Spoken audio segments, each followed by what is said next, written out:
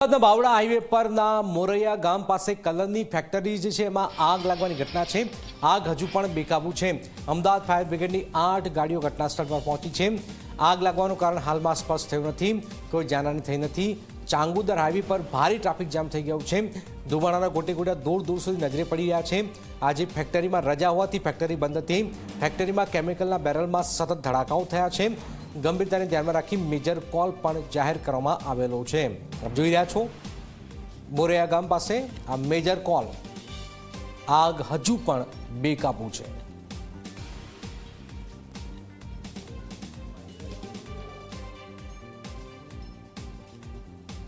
SD pants નામની company છે, તો એની અંદર સોલ્વન્ટ્સ અને થિનર ને એવા બધા કેમિકલ છે। ઘણા બધા બેરલો છે, તમે જોઈ રહ્યા છો કે આજુબાજુ બધા ધડાકા થઈ રહ્યા છે। જાનહાની કે એવું કંઈ નથી, પણ એની ઉપર સંપૂર્ણ કાબૂ મેળવવાની તૈયારી છે, પરંતુ હજી કાબૂ મેળવાયો નથી। સોલ્વન્ટ છે, હીટ પુષ્કળ છે, પાણીનો મારું ચાલુ છે, કુલિંગ થઈ રહ્યું છે, પણ એક પછી એક બેરલ જે છે એની અંદર હજુ ચાલુ જ છે ફાયર, અને એની ઉપર ધડાકા થઈ રહ્યા છે। એની ઉપર હવે કુલિંગની પ્રક્રિયા ચાલુ છે। હાલ થોડી પરિસ્થિતિ ગંભીર છે। અમદાવાદ ફાયર સર્વિસીસની લગભગ 7 થી 8 ગાડીઓ છે અને રિફિલિંગ કોન્સ્ટન્ટ ચાલુ છે। વોટર રિલે ચાલુ છે, તેથી પાણીનો કોન્સ્ટન્ટ સપ્લાય ચાલુ રહે। બીજી બધી ફેરામાં છે કે પાણી લઈને આવે, અને પાણીનો અહીંયા મારો કોન્સ્ટન્ટલી ચાલુ રખાવવામાં આવેલો છે। અમદાવાદના મોરૈયા ગામ પાસે કલરની ફેક્ટરીમાં આગ લાગી છે। આગ હજુ પણ બેકાબુ છે। રાહતની વાત એ છે કે આજે ફેક્ટરીમાં રજા હતી। સીધા પહોંચે ઘટના સ્થળ પર મોરૈયા ગામ પાસે અમારા સંવાદદાતા પહોંચી ગયા છે। અર્પણ હાલમાં ત્યાં શું સ્થિતિ છે? કારણ કે જે રીતે આજે રજા હતી, હજુ પણ બ્લાસ્ટ થઈ રહ્યા છે। અર્પણ,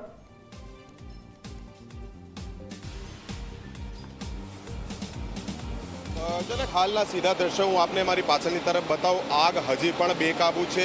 ફાયર બ્રિગેડનો મોટો કાફલો છે અને લગભગ 17 થી 18 જેટલા વાહનો પણ છે, જે સતત આગ ઉપર કાબુ મેળવવાનો પ્રયત્ન કરી રહ્યા છે। પરંતુ આપ જોઈ શકો છો તે મુજબ અંદરની તરફ જે આખું લોખંડનું સ્ટ્રક્ચર છે તે ધરાશાયી થઈ ગયું છે, કારણ કે અંદર થિનર, સોલ્વન્ટ સહિતના અન્ય કેમિકલનો અતિ વિશાળ જથ્થો હજી પણ છે, જે સમયાંતરે આગ ઓકી રહ્યો છે। આપ જોઈ શકો છો ફાયર બ્રિગેડનો સ્ટાફ જે અંદરની તરફ પાણીનો મારો ચલાવી રહ્યો છે, પરંતુ આ જે ફેક્ટરી અને ગોડાઉન છે હજી અંદર તરફ પ્રસરેલું છે, જ્યાં મોટો જથ્થો છે, એટલે સમયાંતરે વિવિધ કેમિકલના બેરલમાં સતત ધડાકા પણ થઈ રહ્યા છે। કેમેરા પર્સનને કહીશ આગના જે ધુમાડા છે તે ઉપર બતાવે, જેથી કરીને અંદાજ આવે કે આગ હજી પણ કેટલી બેકાબુ છે, અને આ આગ સંપૂર્ણ ક્યારે કાબૂમાં આવશે તેનો કોઈ જ અંદાજ ફાયર બ્રિગેડના સ્ટાફને પણ નથી, કારણ કે ખૂબ જ મોટો જથ્થો અંદર છે અને સમયાંતરે ધડાકા સાથે આગ ઉઠી રહી છે। એટલે હાલ તો મળતી માહિતી મુજબ જે સ્ટાફ છે અંદરની તરફ જઈ શકે તેવું શક્ય ન લાગતા હાલ ફાયર બ્રિગેડની પાસેનો જે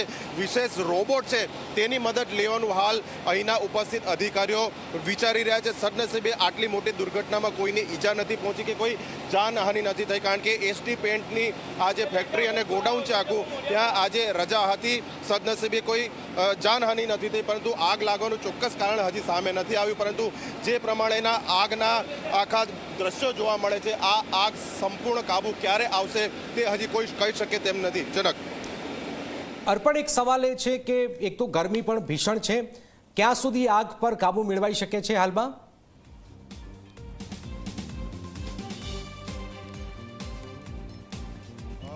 આપણે એ જ વાત કરી કે જે પ્રમાણેનો જ્વલનશીલ પદાર્થોનો અતિ મોટો જથ્થો અંદરની તરફ છે, એટલે લગભગ 3 કલાક કરતાં પણ વધુનો સમય થઈ ચૂક્યો છે, પરંતુ આગ ઉપર કાબૂ નથી મેળવી શકાયો। આપણે રિજનલ ફાયર ઓફિસર સાથે પણ વાત કરી, તેમાં પણ તેમણે કહ્યું કે પરિસ્થિતિ ખૂબ જ ગંભીર છે, અને જે પ્રમાણેનો જથ્થો હજી અંદર છે તેના ઉપર સંપૂર્ણ કાબૂ મેળવતા કેટલો સમય લાગશે તે કોઈ કહી શકે તેમ નથી। પોતે હજી પણ રિજનલ ફાયર ઓફિસર સહિતના જે અધિકારીઓ છે તે સતત આપણે ટીવી સ્ક્રીન ઉપર જોઈ શકે છે કે અન્ય મોટો કાફલો જે છે ફાયર બ્રિગેડનો તે સતત આ પ્રયત્ન કરી રહ્યો છે, અને જે પ્રમાણેના ધુમાડાના દ્રશ્યો છે તેના પરથી આપ અંદાજ લગાવી શકો છો કે આગ કેટલી હજી પણ ભભૂકી રહી છે, કારણ કે સોલ્વન્ટ, થિનર સહિતના જે કેમિકલનો મોટો જથ્થો પાછળની તરફ હજી પણ ભરેલો પડેલો છે, જ્યાંના કેટલાક ભાગ સુધી તો હજી ડિપાર્ટમેન્ટ પહોંચી પણ શક્યું નથી, પરંતુ આગળની તરફનો જે જથ્થો છે તે વધુ ન પ્રસરે તે માટેના હાલ પ્રયત્ન ચાલુ છે, અને હવે ક્યાંક જે વિશેષ રોબોટ છે તેની મદદ લેવાઈ શકે છે તેવું હાલ અહીંયા જાણવા મળી રહ્યું છે। જનક,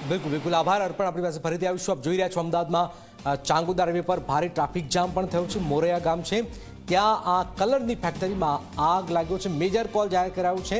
રાહતની વાત એ છે કે આ કેમિકલમાં આજે ફેક્ટરી જે છે ત્યાં રજા હતી એના કારણે કોઈ હાલમાં જાનહાનિ થઈ નથી।